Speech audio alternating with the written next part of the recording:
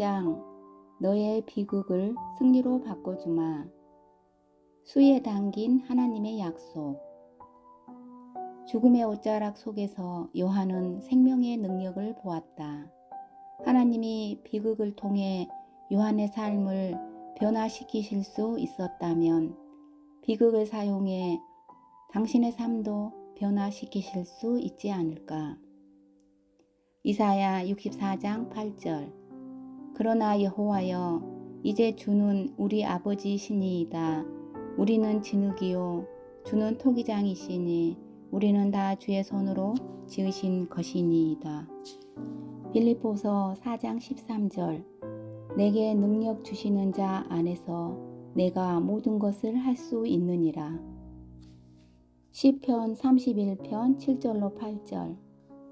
내가 주의 인자하심을 기뻐하며 즐거워할 것은 주께서 나의 고난을 보시고 환난 중에 있는 내 영혼을 아셨으며 나를 원수 수중에 가두지 아니하셨고 내 발을 넓은 곳에 세우셨음이니이다. 베드로전서 5장 10절. 모든 은혜의 하나님 곧 그리스도 안에서 너희를 부르사 자기의 영원한 영광에 들어가게 하신 이가 잠깐 고난을 당한 너희를 친히 온전하게 하시며 굳건하게 하시며 강하게 하시며 털을 견고하게 하시리라. 죽음의 옷이 생명의 화신으로. 대화의 주제가 죽은 사람에게 입히는 수위라면 당신의 기분은 어떨까? 재미있게 느껴질까? 기분 좋은 화제로 다가올까? 아닐 것이다. 세금을 신고해야 한다거나 장기간 치과 치료를 받아야 하는 사실 같은 우울한 화제 사이 어디쯤엔가 있을 것만 같다. 수위를 좋아하는 사람은 없다. 수위를 얘기하는 사람도 없다. 저녁 식사 시간에 이야기를 나누며 이런 질문으로 흥치를 더해본 일이 있는가? 관에 들어갈 때 뭘 입을 겁니까? 수위 전문점을 본 일이 있는가? 그런 가게가 있다면 추천하고 싶은 광고 문구가 있다. 목숨 바쳐 입을 옷. 대부분의 사람들에게 수위 얘기는 금기다. 그러나 사도 요한은 예외였다. 그에게 물어보라. 어떻게 수위를 승리의 상징으로 보게 되었는지 말해줄 것이다. 그도 처음부터 그렇게 보았던 것은 아니다. 가장 가까운 친구 예수님의 죽음을 확인시켜주는 가시적인 물건인 수위가 그에게도 비극의 상징으로 보이던 때가 있었다. 그러나 첫 부활절 일요일에 하나님은 죽음의 옷을 취하여 생명의 상징으로 바꿔주셨다. 당신에게도 똑같이 해 주실 수 있을까? 우리는 누구나 비극을 만난다. 뿐만 아니라 누구나 비극의 상징물을 안고 산다. 국방부에서 날아온 전사자 전보일 수도 있다. 입원 확인증일 수도 있다. 몸의 흉터일 수도 있고 법원 소환장일 수도 있다. 우리는 이런 것들을 좋아하지 않는다. 원하지도 않는다. 폐차장에 찌그러진 차처럼 그런 상징물은 우리 마음을 비참했던 날의 추억으로 어지럽힌다. 하나님은 그런 것들도 사용하여 선을 이루실 수 있을까? 하나님을 사랑하는 자, 곧 그의 뜻대로 부르심을 입은 자들에게는 모든 것이 합력하여 선을 이루느니라. 로마서 8장 28절. 이런 말씀은 도대체 어디까지 해당될까? 모든 것에는 종양과 시험과 싸움과 파경도 포함될까? 요한은 그렇다고 답할 것이다. 요한은 당신에게 우리가 기다리며 지켜보기만 한다면 하나님은 어떤 비극이라도 승리로 바꾸실 수 있다고 말해줄 것이다.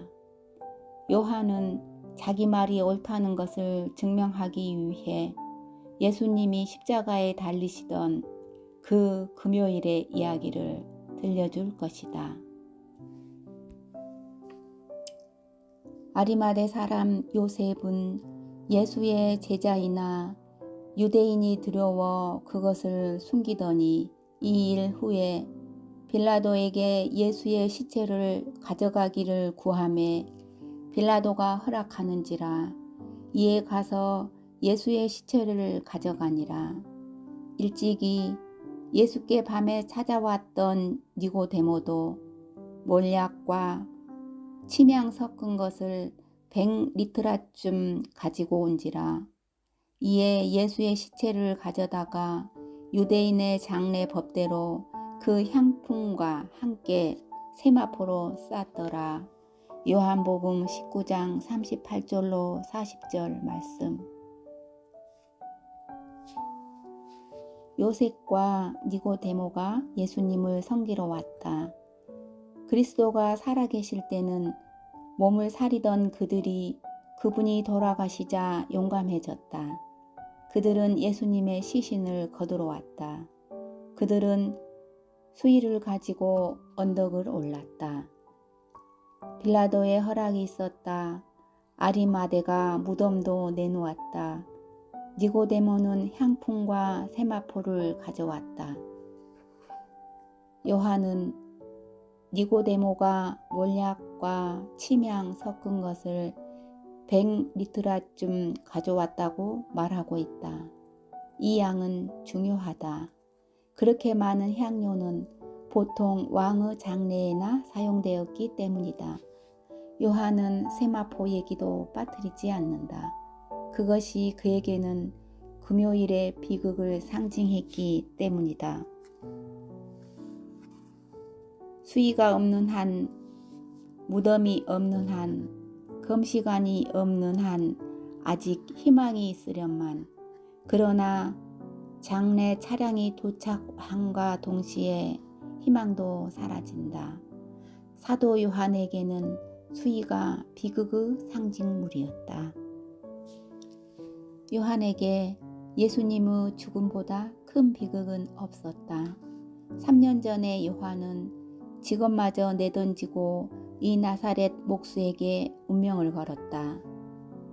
주초에 예수님과 다른 제자들과 함께 예루살렘에 입성할 때만 해도 요한은 꽃잎 휘날리는 시가행진에 흠뻑 취했었다. 그런데 사태가 그렇게 급박하게 뒤바뀔 줄이야. 일요일에 그분을 왕이라 불렀던 사람들이 금요일에는 그분을 죽이라고 소리쳐댔다. 요한의 앞날은 친구 예수님과 함께 이 수위에 쌓여 무덤 속에 봉해졌다. 이 수위는 절망을 알리는 가시적인 물건이었다. 당신과 내가 지금 알고 있는 예수님의 부활을 그 금요일에 요한은 아직 모르고 있었다. 그는 금요일의 비극이 일요일의 승리로 변하리라는 것을 몰랐다. 후에 그는 성경에 그가 죽은 자 가운데서 다시 살아나야 하리라 하신 말씀을 아직 알지 못했다고 고백했다. 요한복음 20장 9절. 그가 토요일에 한 일이 그토록 중요한 이유가 바로 여기에 있다. 우리는 그날에 대해 전혀 아는 바가 없다.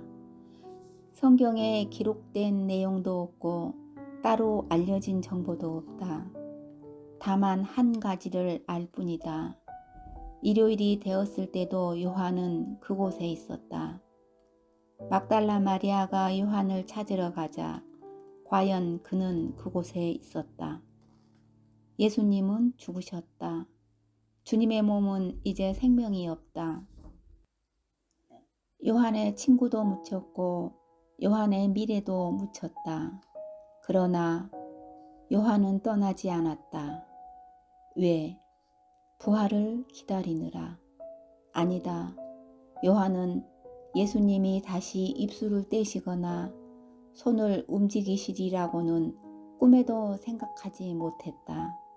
그는 일요일에 찾아올 환희를 기대하고 있었던 것이 아니다. 그렇다면 왜 거기 있었는가? 그는 얼마든지 떠날 만도 했다. 그리스도를 못 박아 죽인 사람들이 그를 잡으러 오지 않는다는 보장이 있는가? 군중은 십자가형 한 번으로 좋겠지만 종교 지도자들은 더 많은 처형을 원했을 수도 있다. 요한은 왜 그곳을 벗어나지 않았단 말인가? 지극히 현실적인 이유 때문일 수 있다. 요한은 예수님의 어머니를 보살피고 있었는지도 모른다. 달리 갈 데가 없었을 수도 있다. 돈이 없거나 기력이 없거나 방향 감각을 상실했거나 그 전부일 수도 있다. 하지만 그가 머무른 이유는 예수님을 사랑했기 때문일지도 모른다. 다른 사람들에게 예수님은 기적을 행하는 자였다. 다른 사람들에게 예수님은 위대한 스승이었다. 다른 사람들에게 예수님은 이스라엘의 희망이었다. 그러나 요한에게 그분은 그 모든 것이자 그 이상이었다. 요한에게 예수님은 친구였다. 우리는 친구를 버리지 않는다. 친구가 죽은 후에라도 마찬가지다. 요한은 친구인 예수님 곁에 남아 있었다. 요한의 몸에 배어있는 행동이었다. 그는 다락방에서도 예수님 곁에 있었다. 겟세마네 동산에서도 예수님 곁에 있었다. 십자가에 달리실 때도 발밑에 있었다. 그리고 장사 지낸 후에도 한달음에 달려갈 거리에 있었다. 요한은 예수님의 뜻을 이해했는가? 아니다. 요한은 예수님이 가신 길을 기쁘게 받아들였는가? 아니다. 그러나 요한은 예수님을 떠났는가? 아니다. 당신은 어떤가? 요한의 입장에 처할 때 당신은 어떻게 하는가? 당신의 삶에 그 토요일과 같은 날이 찾아올 때 당신은 어떻게 반응하는가? 어제의 비극과 내일의 승리 사이 어딘가를 지날 때 당신은 어떻게 하는가?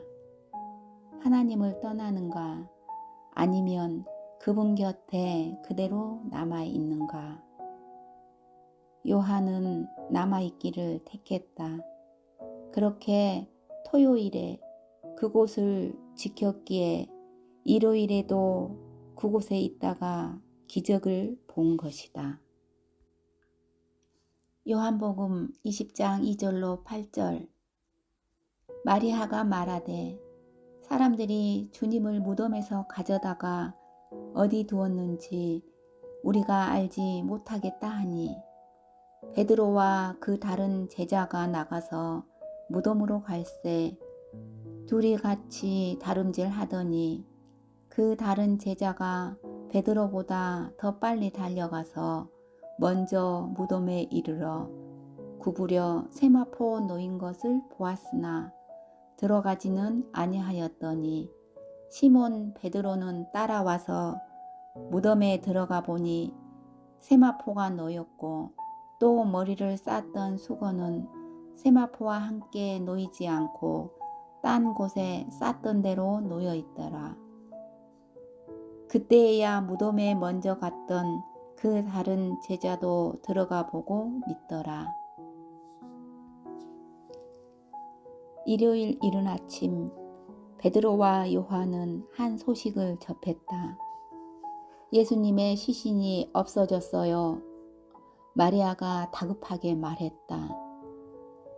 마리아는 예수님을 대적하는 사람들이 시신을 가져간 줄 알았다. 즉시 두 제자는 무덤으로 달려갔다. 요한이 베드로보다 빨리 달려 먼저 도착했다. 그는 눈앞의 광경에 어안이 벙벙해 입구에서 그만 얼어붙고 말았다. 그가 본 것은 무엇인가? 세마포 놓인 것을 보았다.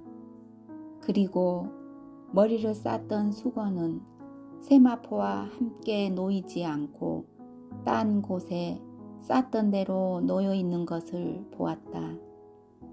가지런히 원래대로 놓여 있는 세마포를 본 것이다. 헬라어 원어를 보면 도움이 된다. 요한이 사용한 쌌던 대로 놓여 있다 라는 단어는 둘둘 말려 있다, 그대로 접혀 있다 라는 뜻이다. 수의는 아무렇게나 벗겨져 흩어져 있지 않았다. 본래 모습 그대로 있었다. 세마포에는 전혀 손댄 흔적이 없었다. 말리고 접힌 채로 그대로 있었던 것이다. 어떻게 그럴 수 있을까? 친구들이 시신을 가져갔다면 수의에 쌓인 채 그냥 가져가지 않았을까? 적들이 가져갔다 해도 역시 마찬가지 아닐까? 그렇지 않고 어떤 이유로든 친구나 적들이 수의를 벗겼다면 그렇게 가지런히 원래 모습대로 복원할 만큼 신경을 썼단 말인가? 말도 안 된다. 하지만 친구도 적도 시신을 가져가지 않았다면 누가 그랬단 말인가? 이것이 요한의 의문이었다.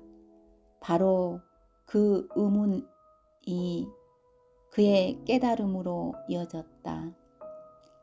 그 다른 제자도 보고 믿더라. 요한복음 20장 8절. 죽음의 옷자락 속에서 요한은 생명의 능력을 보았다. 하나님이 수위같이 비참한 것을 사용해 한 사람의 삶을 바꾸시다니 이상하지 않은가? 그러나 하나님은 곧잘 그런 일을 행하신다. 그분의 손 안에서 결혼식장에 빈 포도주 항아리는 능력의 상징이 된다. 과부의 동전은 후한 드림의 상징이 된다. 베들레헴의 볼품없는 구유는 헌신의 상징이 된다. 사형의 도구는 그분의 사랑의 상징이 된다. 그렇다면 그분이 죽음의 옷을 취해 생명의 화신으로 삼으셨다는 사실이 놀랄 일인가? 다시 같은 질문으로 돌아간다. 하나님은 당신의 삶에도 비슷한 일을 하실 수 있을까? 오늘의 비극의 흔적을 취하여 승리의 상징으로 바꾸실 수 있을까? 모든 것이 합력하여 선을 이룬다. 내 친구 라파엘 로살레스에게는 그렇게 해주셨다. 라파엘은 엘살바도르의 목사다. 그런데 엘살바도르의 게릴라들은 라파엘을 자기네 운동의 적으로 간주하고 살해하려 했다. 라파엘은 불타는 자동차 안에 갇혀 목숨을 잃기 직전에 차에서 빠져나올 수 있었고 그 뒤 곧바로 외국으로 피했다. 하지만 그 악몽 같은 기억만은 피할 수 없었다. 흉터는 그를 놓아주지 않았다. 거울로 흉터를 볼 때마다 자기를 괴롭힌 잔악한 사람들이 떠올랐다. 주님께서 그의 마음에 말씀하시지 않았다면 그는 영영 거기서 벗어나지 못했을지도 모른다. 그들은 내게도 똑같이 했다.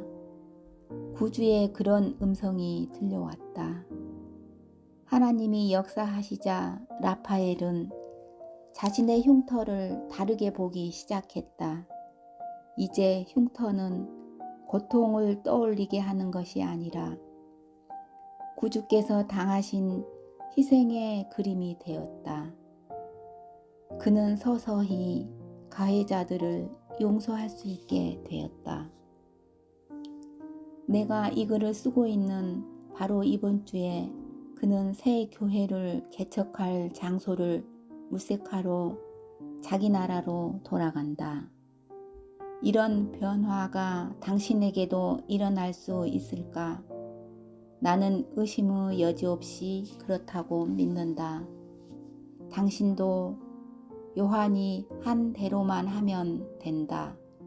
떠나지 말라. 곁에 있으라. 말씀의 앞부분을 잊지 말라. 하나님을 사랑하는 자들에게는 모든 것이 합력하여 선을 이루느니라. 로마서 8장 28절. 그것이 예수님을 향한 요한의 마음이었다. 요한은 예수님을 사랑했다. 예수님의 뜻을 다 이해하지도 못했고 언제나 수긍한 것도 아니다. 그러나 그는 그분을 사랑했다. 그분을 사랑했기에 그는 그분 곁에 머물렀다. 성경은 말한다. 하나님을 사랑하는 자들에게는 모든 것이 합력하여 선을 이루느니라. 이 장을 덮기 전에 간단한 실습 하나 해보자. 모든 것이라는 단어를 없애고 그 자리에 당신에게 비극을 상징하는 것을 대신 넣어보라. 사도 요한이라면 이 구절은 이렇게 된다. 하나님을 사랑하는 자들에게는 수의가 합력하여 선을 이루느니라. 라파엘의 경우라면 이렇게 된다. 하나님을 사랑하는 자들에게는 흉터가 합력하여 선을 이루느니라. 당신의 삶에서는 로마서 8장 28절이 어떻게 바뀔까? 병실 입원이 합력하여 선을 이루느니라. 이혼 서류가 합력하여 선을 이루느니라. 감옥 복역이 합력하여 선을 이루느니라. 하나님이 비극을 통해 요한의 삶을 변화시키실 수 있었다면 비극을 사용해 당신의 삶도 변화시키실 수 있지 않을까?